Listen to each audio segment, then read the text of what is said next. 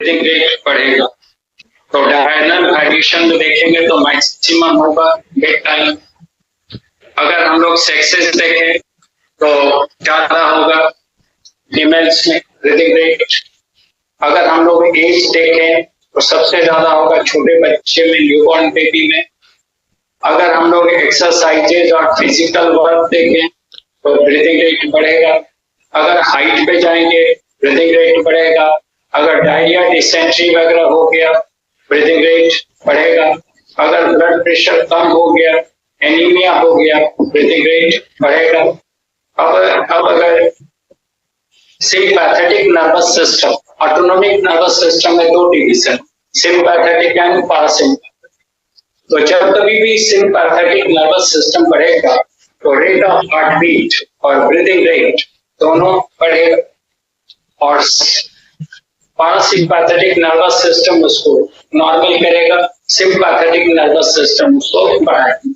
इसलिए अगर कोई इस तरह का क्राइसिस आता है या बहुत डर गए, घबरा गए या बहुत खुश हो गए तो बॉडी को ज्यादा एनर्जी यूटिलाइज करना पड़ता है। वैसे कंडीशन में रेट ऑफ हार्ट बीट और ब्रीथिंग रेट भी बढ़ जाता है। जैसे आप बहुत खुश हो जाएगा, रिजल्ट आपका आएगा, तो अगर बोलना चाहिएगा कि मेरा रिजल्ट हो गया तो बोल नहीं पाइए। आप जो बोलिएगा वो समझ में नहीं आए, क्यों?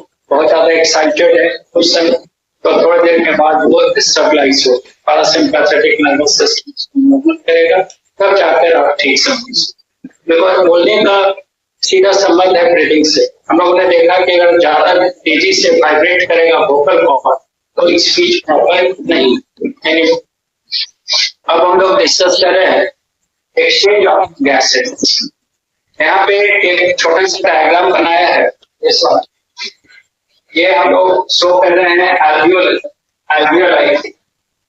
ये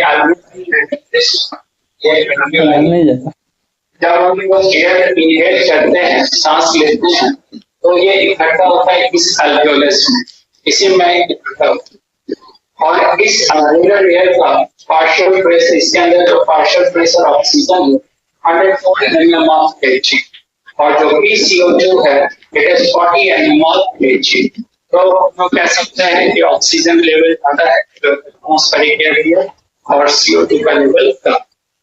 अब ब्लड कैपिलरी, जो एल्वियोलस के चारों तरफ जाल बना है वो कैपिलरी का, उसमें डीऑक्सीजनेटेड ब्लड पास कर रहा है।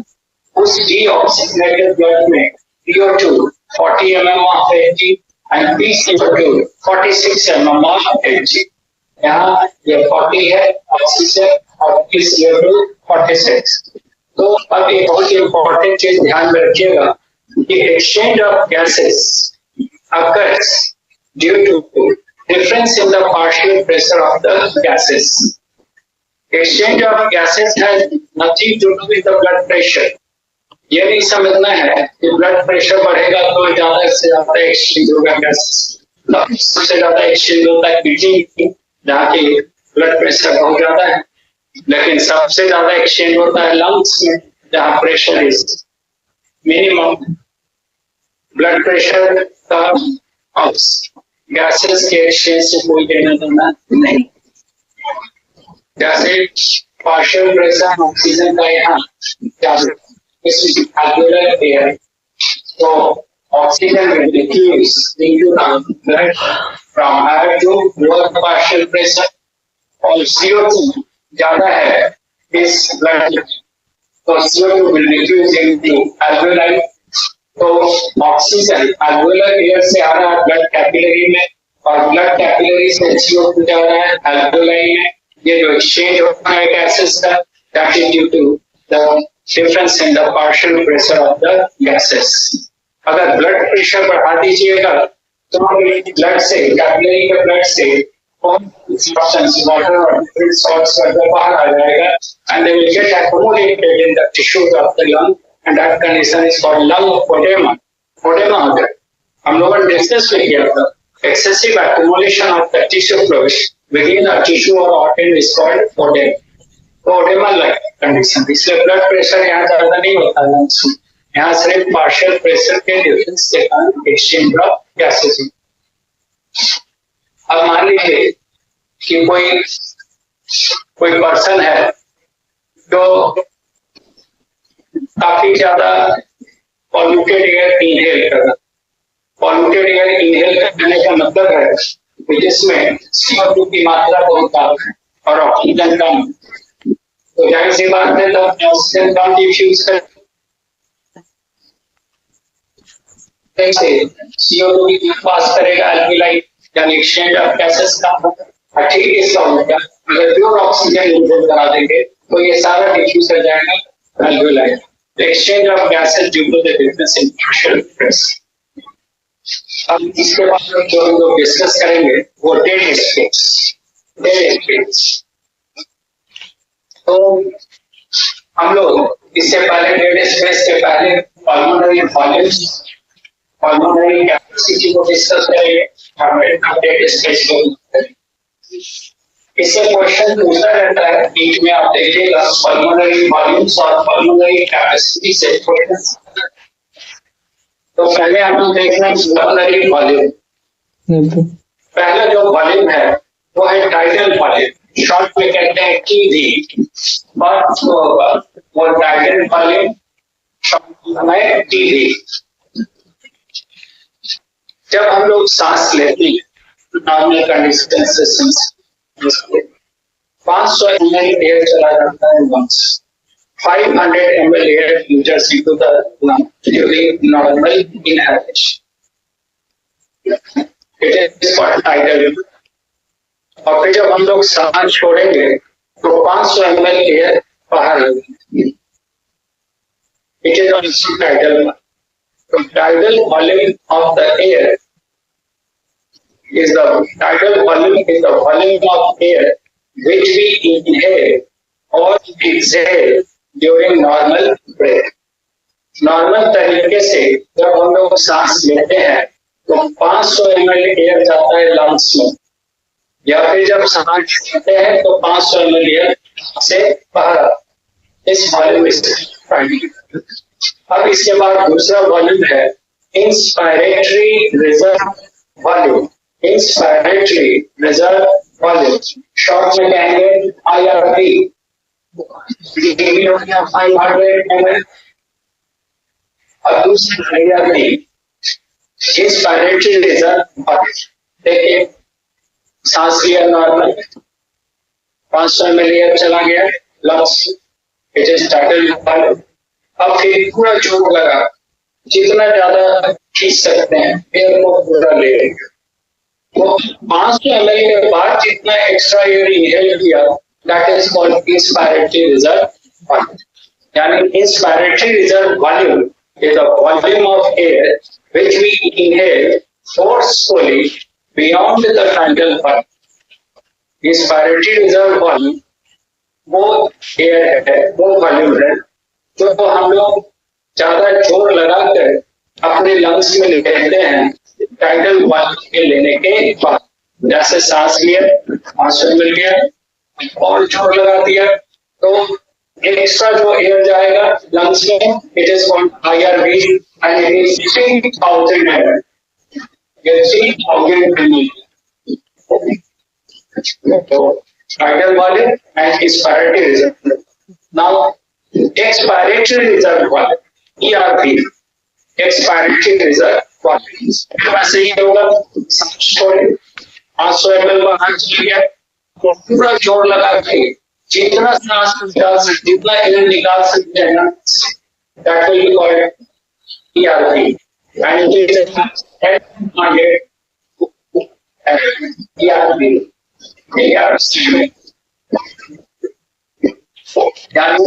Expiratory reserve volume is the volume of air which can be exhaled forcefully beyond the tidal volume। यानी एक बार जो हम लोग एयर बाहर निकाल दिया 500 ml, उसके बाद पूरा जोर लगा के प्रयास करके और जितना एयर निकालते हैं that volume is called ERV। एक वॉल्यूम आता है जिस पर अक्सर मेडिकल में question that is residual volume which is called RV। Residual volume RV। तो residual volume is the volume of air which can not be exhaled even after forceful exhalation, आप जितना भी जोर लगा दीजिए, आपके लंग से बाहर ये एयर नहीं रहा है, ये हमेशा अल्वेलाई में रहेगा ही रहेगा। जब तक पर्सन जिंदा है, अलाइव है, ये एयर उसके लंग्स में इतना रहेगा।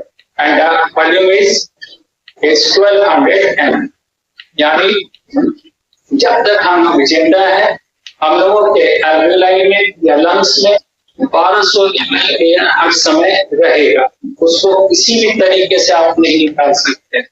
तो residual volume is the volume of air which cannot be exhaled even after for exhalation. It is 1200. अब यही डेथ हो जाएगा किसी पर्सन का, तो डेथ के बाद उसका लंग का टिश्यू डैमेज होने लगता है, सड़ने लगता है, तो ये एयर धीरे धीरे निकल जाता है। और फॉरेंसिक साइंस में इससे डेथ का समय भी मालूम करते हैं। जैसे कोई पर्सन का डेथ हुआ तो उसका लंग का छोटा सा टुकड़ा काट के अगर वाटर में डाल दीजिएगा तो उसका रेट ऑफ सिंकिंग, यानी किस रफ्तार से पानी में डूब रहा है, it will indicate time of the death, मालूम हो जाए। तो अगर तुरंत उसका डेथ हुआ है तो उसके अंदर एयर रहेगा, वो फ्लोट करेगा, धीमा धीमा सिंक करेगा। बहुत देर हो गया है, अगर उसमें डैमेज हो चुका है तो एयर पास आउट हो गया तो जल्दी डूबेगा, तो उस समय रेसिडुअल वॉल्यूम नहीं हो, लेकिन जब तक एलाइव है तब तक होगा। तो फिर से देख लीजिए, वॉल्यूम में लंग वॉल्यूम में 4 है। First is the tidal volume, TV कहते हैं। It is the volume which we inhale और exhale during normal breath, normal सांस ले, अंदर लिया या छोड़, 5 ml लिया 5 ml छोड़, इट इज टाइडल।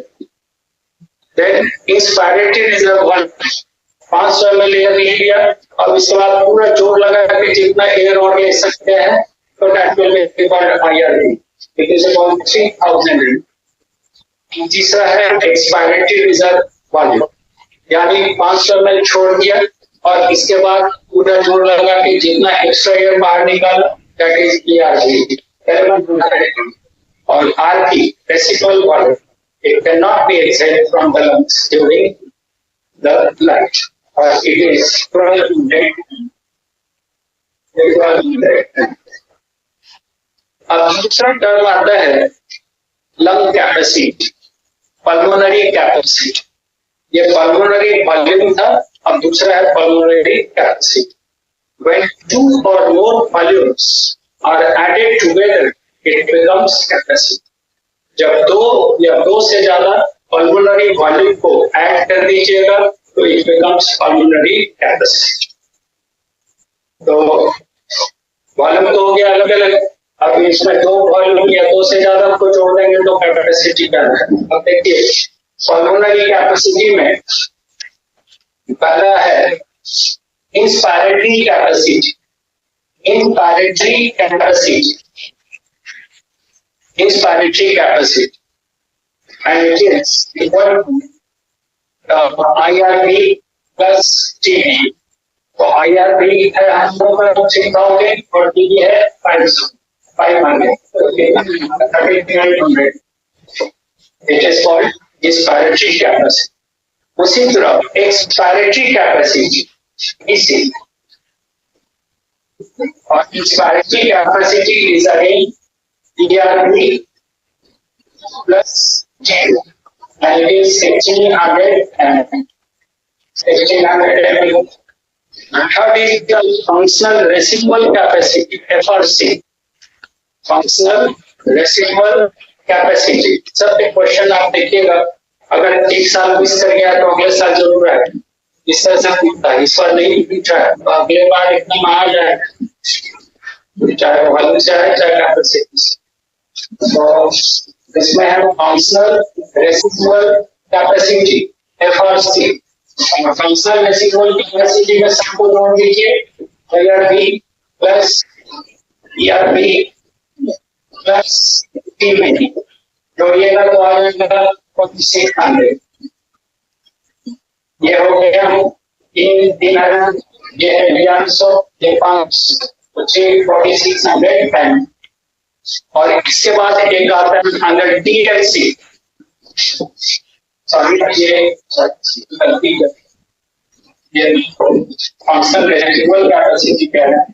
तो फंक्शनल रेसिडुअल कैपेसिटी आ गया कि 10 RV रेसिडुअल वॉल्यूम, ये हो जाएगा 1100 और 1223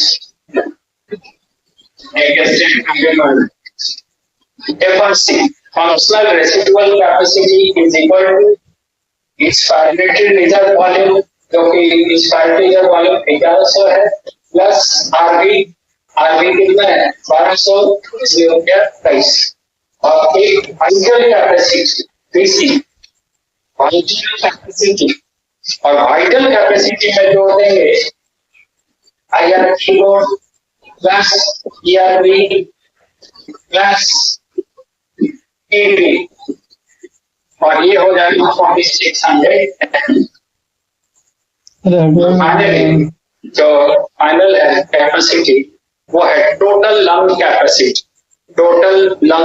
कैपेसिटी, शॉर्ट में कहते हैं TLC, total lung capacity TLC सिर्फ IRV plus ERV plus TB plus RV और ये हो जाएगा 5800।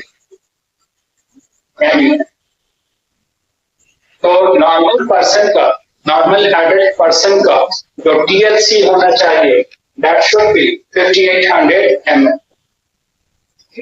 अब पल्मोनरी वॉल्यूम और पल्मोनरी कैपेसिटी का सीधा मामला है ऑक्सीजन, और oxygen supply is directly responsible for the stamina of the lungs. Stamina means energy to perform work. हम लोग जो भी काम करते हैं उसके लिए एनर्जी चाहिए और एनर्जी तभी मिलेगा जब ऑक्सीजन सप्लाई बेटर हो, और ऑक्सीजन सप्लाई तभी बेटर होगा जब लंग्स ठीक ठाक, लंग कैपेसिटी ज्यादा हो, ज्यादा एयर हम लोग इनहेल कर सकते हैं। जितना एयर इनहेल करेंगे ऑक्सीजन उतना ही ज्यादा रहेगा और बॉडी का आपको ऑक्सीजन सप्लाई उतना ही ज्यादा होगी, कमी नहीं। तो हम लोग जो रेगुलर एक्सरसाइजेस करते हैं, जो फिजिकल वर्क करते हैं, उसका पर्पस यही होता है कि लंग कैपेसिटी को बढ़ाना। जो एक्सरसाइजेस जो भी करते हैं, मॉर्निंग वॉक करें या कोई भी काम करें, तो उसका एक सबसे बड़ा मकसद होता है लंग कैपेसिटी को बढ़ाना। क्योंकि लंग कैपेसिटी बढ़ गया, उसमें स्टोरेज कैपेसिटी बढ़ गया एयर का, तो ऑक्सीजन सप्लाई ज्यादा हो जाए, स्टैमिना पर्सन का बढ़ जाए। छोटे बच्चे वगैरह को देखिए, या तो रोता है तब भी लंग्स का एक्सपेंशन होता है, और नहीं तो नॉर्मली उसको अगर आप बैलून फुलाने दीजिए या इवन बड़े आदमी को भी बैलून फुलाइएगा तो बहुत ज्यादा लंग पे काफी प्रेशर पड़े, तो लंग थोड़ा डेवलप होता है। लंग का एक्सरसाइज है, बैलून फुलाइएगा, जितना बैलून फुलाते हैं जितना उससे आपका लंग्स मजबूत हुआ। या छोटा बच्चा बांसुरी वगैरह बजाता है, उठने वाला चीज से उसका लंग कैपेसिटी बढ़ेगा। दौड़ते हैं, भागते हैं, काम करते हैं, लंग कैपेसिटी बढ़ेगा। अब मान लीजिए कोई सिगरेट स्मोक कर रहा था तो उसको लास्ट क्लास में लिखा था इसका इलास्टिक फाइबर डैमेज कहते हैं एम्फीसिमा में, इंट्राएल्वुलर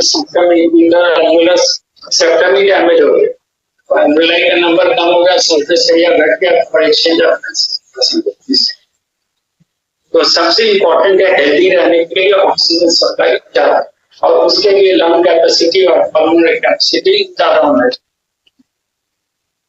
तो जितना फिजिकल वर्क करेंगे उतना ये वॉल्यूम बढ़ेगा। मैक्सिमम होता है एथलीट्स शॉर्ट